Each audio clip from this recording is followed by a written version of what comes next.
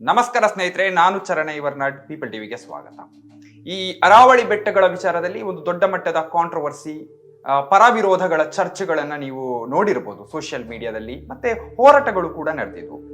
So ಈ ಅರಾವಳಿ ವಿವಾದಕ್ಕೆ ಕೇಂದ್ರ ಸರ್ಕಾರಕ್ಕೆ ಪರವಾಗಿ ಕಂಟೆಂಟ್ಗಳನ್ನ ಮಾಡೋದಕ್ಕೆ ಸೋಷಿಯಲ್ ಮೀಡಿಯಾದ ಇನ್ಫ್ಲೂಯೆನ್ಸರ್ಗಳಿಗೆ ಹಣವನ್ನ ಆಮಿಷ ಒಡ್ಡಲಾಗಿದೆ, ಮತ್ತೆ ಅದಕ್ಕೆ ಒಪ್ಪಿಕೊಳ್ಳದವರಿಗೆ ಬೆದರಿಕೆಯನ್ನ ಹಾಕಲಾಗಿದೆ. ಸಿಂಪಲ್ ಆಗಿ ಈ ಅರಾವಳಿ ವಿಚಾರವನ್ನ ಹೇಳುತ್ತೇನೆ, ಆಮೇಲೆ ಏನಿದು ವಿವಾದ ಅಂತ ಮಾತಾಡೋಣ. ಅರಾವಳಿ ಬೆಟ್ಟಗಳ ಶ್ರೇಣಿಗಳಲ್ಲಿ ಸ್ಥಳೀಯ ಭೂಮಟ್ಟದಿಂದ 100 ಮೀಟರ್ ಮತ್ತೆ ಅದಕ್ಕಿಂತ ಹೆಚ್ಚು ಎತ್ತರ ಇರುವ ಬೆಟ್ಟಗಳನ್ನ ಮಾತ್ರ ಅರಾವಳಿ ಬೆಟ್ಟಗಳು ಅಂತ ಕರಿಬೇಕು, ಅವುಗಳನ್ನ ಸಂರಕ್ಷಿಸಬೇಕು. ಇನ್ನು 500 ಮೀಟರ್ ಎತ್ತರದ ಬೆಟ್ಟಗಳು ಒಟ್ಟೊಟ್ಟಾಗಿದ್ರೆ, ಅದು ಮತ್ತೆ ಅದಕ್ಕಿಂತ ಒಳಗಿರುವಂತಹ ಬೆಟ್ಟಗಳು ಒಟ್ಟೊಟ್ಟಾಗಿದ್ರೆ, 2-3 ಬೆಟ್ಟಗಳು ಒಟ್ಟಾಗಿದ್ರೆ ಅವುಗಳನ್ನ ಅರಾವಳಿ ರೇಂಜ್ ಅಂತ ಕರಿಬೇಕು ಅಂತ ಇದು ತೀರ್ಮಾನ. ಇದು ಸುಪ್ರೀಂ ಕೋರ್ಟ್ ಇದು ಮತ್ತೆ ಕೇಂದ್ರ ಸರ್ಕಾರದ್ದು. ಸೊ ಇದನ್ನ ಅಕ್ಟೋಬರ್ 13, 2025ರಲ್ಲಿ ಸುಪ್ರೀಂ ಕೋರ್ಟ್ ರಚಿಸಿದ ಕಮಿಟಿ ತೀರ್ಮಾನಿಸಿತ್ತು, ಮತ್ತೆ ಅದನ್ನ ಸುಪ್ರೀಂ ಕೋರ್ಟ್ ಒಪ್ಪಿಕೊಂಡಿತ್ತು.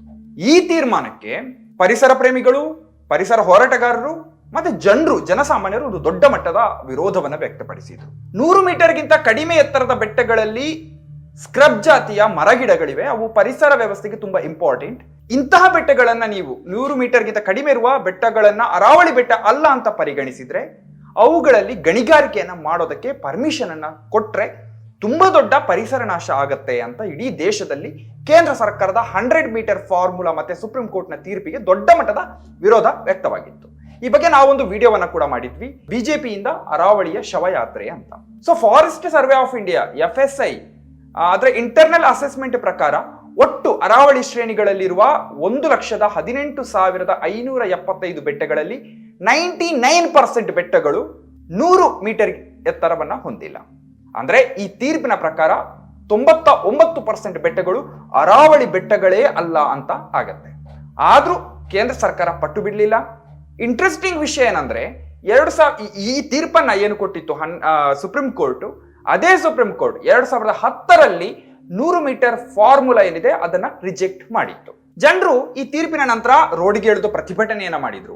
ಸೋಷಿಯಲ್ ಮೀಡಿಯಾಗಳಲ್ಲಿ ದೊಡ್ಡ ಮಟ್ಟದ ಒಂದು ಕ್ಯಾಂಪೇನ್ ನಡೀತು, ಜನರ ವಿಡಿಯೋಗಳನ್ನ ಮಾಡಿದ್ರು, ವಿರೋಧ ವ್ಯಕ್ತ ಆಯಿತು.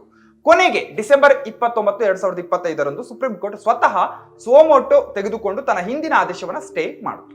ಚೀಫ್ ಜಸ್ಟಿಸ್ ಸೂರ್ಯಕಾಂತ್ ನೇತೃತ್ವದ ಟ್ರಿಪಲ್ ಬೆಂಚ್ ಹೊಸ ಹೈ ಪವರ್ಡ್ ಎಕ್ಸ್ಪರ್ಟ್ ಕಮಿಟಿಯನ್ನ ಮಾಡಿ ಎಲ್ಲ ಆಂಬಿಗ್ಯೂಟಿಗಳನ್ನ ಸಾಲ್ವ್ ಮಾಡಿ ಅಂತ ಒಂದು ಹೇಳಿತ್ತು. ಇದು ಜನರ ಸಂಘಟಿತ ಹೋರಾಟಕ್ಕೆ ಸಿಕ್ಕಿದಂತಹ ಗೆಲುವು.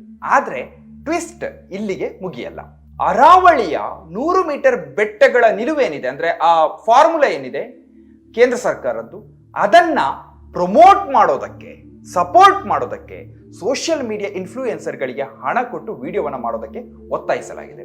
ಆಲ್ಟ್ ನ್ಯೂಸ್ ರಿಪೋರ್ಟ್ ಪ್ರಕಾರ ಜನವರಿ 15, 16, 2026ರಲ್ಲಿ ಆ ರಿಪೋರ್ಟ್ ಅನ್ನ ಆಲ್ಟ್ ನ್ಯೂಸ್ ಪಬ್ಲಿಷ್ ಮಾಡಿತ್ತು. ಆ ಆಲ್ಟ್ ನ್ಯೂಸ್ ನ ರಿಪೋರ್ಟ್ ನ ಪ್ರಕಾರ ದೊಡ್ಡದಾಗಿ ಪೇಯ್ಡ್ ಪ್ರಮೋಷನ್ ನಡೆದಿದೆ. ಇದನ್ನ ಹಲವು ಇನ್ಸ್ಟಾಗ್ರಾಮ್ ಇನ್ಫ್ಲೂಯೆನ್ಸರ್ಗಳು ಬಹಿರಂಗವಾಗಿ ಹೇಳ್ಕೊಂಡಿದ್ದಾರೆ, ನಮಗೆ ಆಮಿಷವನ್ನು ಒಡ್ಡಲಾಗಿದೆ ಅಂತ. ಇವರನ್ನ PR ಏಜೆನ್ಸಿಗಳು ಸಂಪರ್ಕಿಸಿ ನವೆಂಬರ್ 20ರ ಜಡ್ಜ್ಮೆಂಟ್ ಅನ್ನ ಸಪೋರ್ಟ್ ಮಾಡಿ ಕಂಟೆಂಟ್ ಮಾಡಿ ಅಂತ ಪೈಸೆಯ ಆಫರ್ ಅನ್ನ ಮಾಡ್ತಾ ಇದ್ದಾರೆ.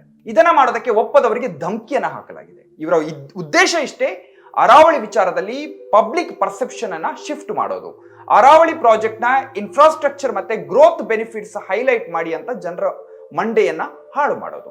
ಸೊ ಬಜ್ಬಾತಿ ಸಕ್ಸೇನಾ ಎನ್ನುವ ಒಂದು ಇನ್ಸ್ಟಾಗ್ರಾಮ್ ಅಕೌಂಟ್ ಇದೆ, ಅನ್ಮೋಲ್ ಸಕ್ಸೇನಾ ಎನ್ನುವವರದು. ಇವರಿಗೆ 2 ಲಕ್ಷ ಫಾಲೋವರ್ಸ್ ಇದ್ದಾರೆ. ಡಿಸೆಂಬರ್ 24ರಂದು ಒಂದು ವಿಡಿಯೋವನ್ನ ಹಾಕಿದ್ದಾರೆ. ಇವರು ಅರಾವಳಿಯ 100 ಮೀಟರ್ ಫಾರ್ಮುಲಾ ಏನಿದೆ ಅದನ್ನ ವಿರೋಧಿಸಿ ರೀಲ್ಸ್ ಅನ್ನ ಮಾಡಿದ್ರು ಹಿಂದೆ, ಅದನ್ನ ಡಿಲೀಟ್ ಮಾಡಿ ಅಂತ PR ಏಜೆನ್ಸಿ ಧಮಕಿಯನ್ನ ಹಾಕಿದೆ. ಇನ್ನು ಆ PR ಏಜೆನ್ಸಿ ಒಂದು ಕಂಟೆಂಟ್ ಅನ್ನ ಕೊಟ್ಟು ಅರಾವಳಿಯ ಬಗ್ಗೆ ಕೇಂದ್ರ ಸರ್ಕಾರದ ನಿಲುವನ್ನ ಸಪೋರ್ಟ್ ಮಾಡಿ ಒಂದು ರೀಲ್ಸ್ ಅನ್ನ ಮಾಡಿ ಅಂತ ಲಕ್ಷಗಟ್ಟಲೆ ಆಫರ್ ಅನ್ನ ಕೊಟ್ಟಿದೆ. ಈ ಆಫರ್ ಅನ್ನ ಇವರು ಅನ್ಮೋಲ್ ಅವರು ರಿಜೆಕ್ಟ್ ಮಾಡಿದ್ದಾರೆ, ಯಾಕಂದ್ರೆ ಪರಿಸರ ಹಾನಿಗೆ ಸಪೋರ್ಟ್ ಮಾಡಲ್ಲ ಅನ್ನೋದು ಅವರ ನಿಲುವಾಗಿತ್ತು. ಇನ್ನು ಮೋನಿಕ್ ಜೈನ್ ಎನ್ನುವ ಒಬ್ರು ಕಂಟೆಂಟ್ ಕ್ರಿಯೇಟರ್ ಇದ್ದಾರೆ. ಅವರಿಗೆ ಡಿಸೆಂಬರ್ 25ರಂದು 50,000 ರಿಂದ 60,000 ರೂಪಾಯಿಯ ಆಫರ್ ಬಂದಿದೆ. ತಮ್ಮ ಫಾಲೋವರ್ಸ್ ಗಳನ್ನ ಮಿಸ್ಲೀಡ್ ಮಾಡಿ ಅಂತ ಒಂದು ಆಫರ್ ಅನ್ನ ಮಾಡಿದ್ದಾರೆ.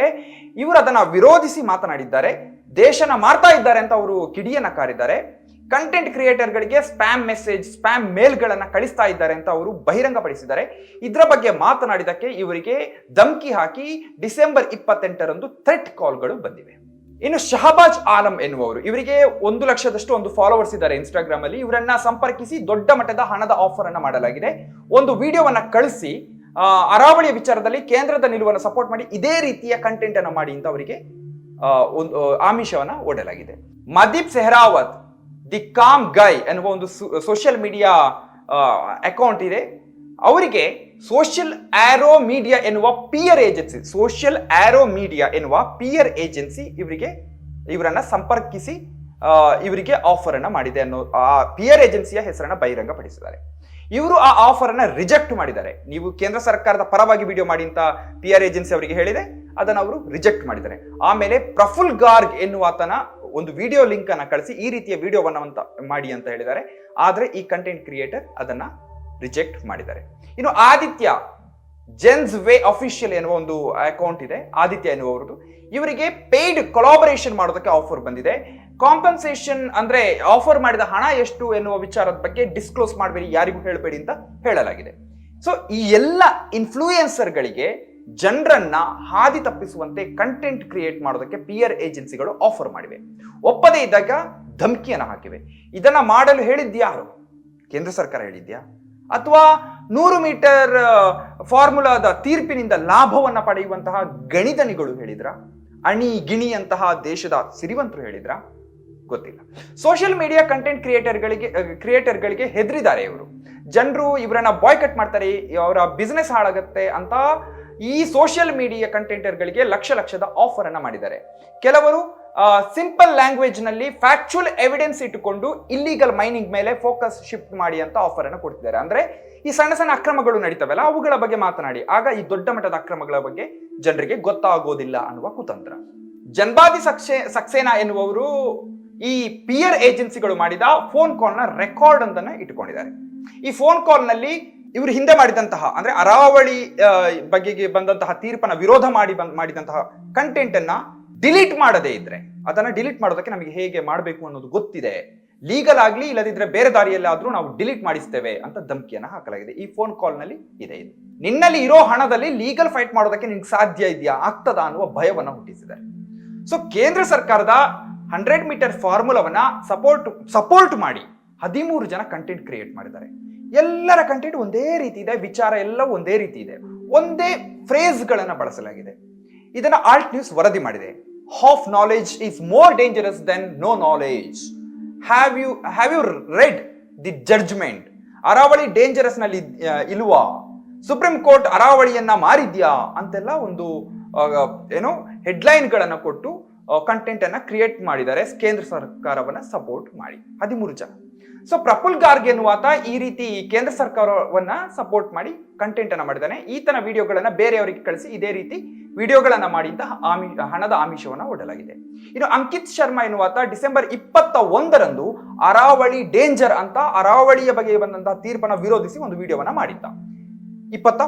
ಡಿಸೆಂಬರ್ 21ರಂದು ಈತ ಡಿಸೆಂಬರ್ 23ರಂದು ಅಂದ್ರೆ 2 ದಿನದಲ್ಲಿ ಗವರ್ಮೆಂಟ್ ಅನ್ನ ಸಪೋರ್ಟ್ ಮಾಡಿ ಮತ್ತೊಂದು ವಿಡಿಯೋವನ್ನ ಮಾಡಿ ಈ ರೀತಿ ಕಾಸು ಕೊಟ್ಟು ಆಮಿಷ ಒಡ್ಡಿ ಕೊನೆಗೆ ಧಮಕಿಯನ್ನ ಹಾಕಿ ವಿಡಿಯೋವನ್ನ ಮಾಡಿಸುವ ಈ ನೀಚ ಕುತಂತ್ರ ಹೊಸದೇನಲ್ಲ.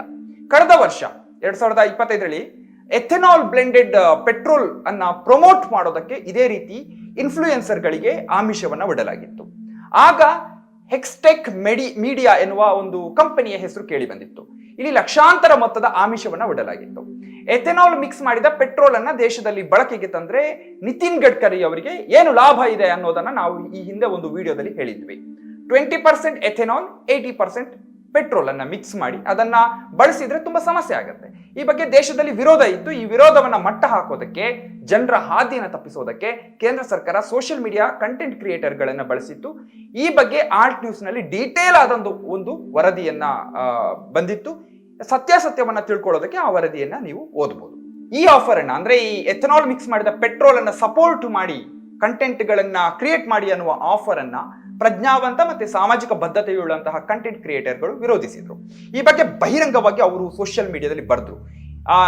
ಈ ರೀತಿ ಇವರಿಗೆ ಆಫರ್ ಮಾಡೋದಕ್ಕೆ ಹೆಕ್ಸ್ಟೆಕ್ ಮೀಡಿಯಾ ಎನ್ನುವ ಒಂದು content marketing, influencer marketing, performance marketing ಎನ್ನುವಂತ ಒಂದು ಕಂಪನಿ ಇವರಿಗೆ ಆಫರ್ ಅನ್ನು ಮಾಡಿತ್ತು ಅನ್ನೋದು, ಆ ಕಂಪನಿ ಹೆಸರು ಬಹಿರಂಗ ಆಗಿತ್ತು. ಈಗ ಅರಾವಳಿಯ ವಿಚಾರದಲ್ಲಿ ಕೂಡ ಕೇಂದ್ರ ಸರ್ಕಾರಕ್ಕೆ ಸಪೋರ್ಟ್ ಮಾಡಿ ಕಂಟೆಂಟ್ ಮಾಡೋದಕ್ಕೆ ಸೋಷಿಯಲ್ ಆರೋ ಮೀಡಿಯಾ ಎನ್ನುವ ಪಿಯರ್ ಏಜೆನ್ಸಿಯನ್ನ ಬಳಸಲಾಗಿದೆ. ಈ ಪಿಆರ್ ಏಜೆನ್ಸಿ ಈ ಸೋಷಿಯಲ್ ಮೀಡಿಯಾ ಕಂಟೆಂಟ್ ಕ್ರಿಯೇಟರ್ಗಳನ್ನೆಲ್ಲ ಸಂಪರ್ಕಿಸಿ ಅವರಿಗೆ ಹಣದ ಆಮಿಷವನ್ನು ಒಡ್ಡಿದೆ, ಅವರ ಹಿಂದಿನ ಕಂಟೆಂಟ್ಗಳನ್ನ ಡಿಲೀಟ್ ಮಾಡಿ ಅಂತ ಧಮಕಿಯನ್ನ ಹಾಕಿದೆ. ಸೊ ಅಂತಿಮವಾಗಿ ಮಾಧವ ಗಾಡ್ಗೀಲ್ ಅವರು ಮೊನ್ನೆ ಜನವರಿ 7, 2026 ನಿಧನರಾದರು. ಅವರು ಡೌನ್ ಟು ಅರ್ತ್ಗೆ ಜನವರಿ 2 ಅಂದ್ರೆ ಅವರು ತೀರ್ಕೊಳ್ಳುವ 5 ದಿನಗಳ ಮೊದಲು ತಮ್ಮ ಕೊನೆಯ ಸಂದರ್ಶನವನ್ನ ಕೊಟ್ಟರು. ಅದರಲ್ಲಿ ಅವರು ಒಂದು ವಿಷಯನ ತುಂಬಾ ಸ್ಪಷ್ಟವಾಗಿ ಹೇಳ್ತಾರೆ.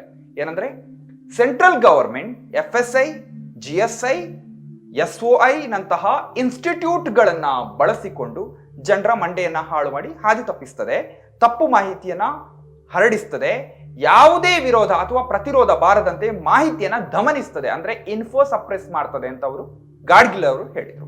ಸೊ ಮಾಧವ ಗಾಡ್ಗಿಲ್ ಹೇಳಿದ್ದು 100ಕ್ಕೆ 100 ಸತ್ಯ ಎನ್ನುವುದು ಅರಾವಳಿಯ ವಿಚಾರದಲ್ಲಿ ಸ್ಪಷ್ಟ ಆಗುತ್ತೆ.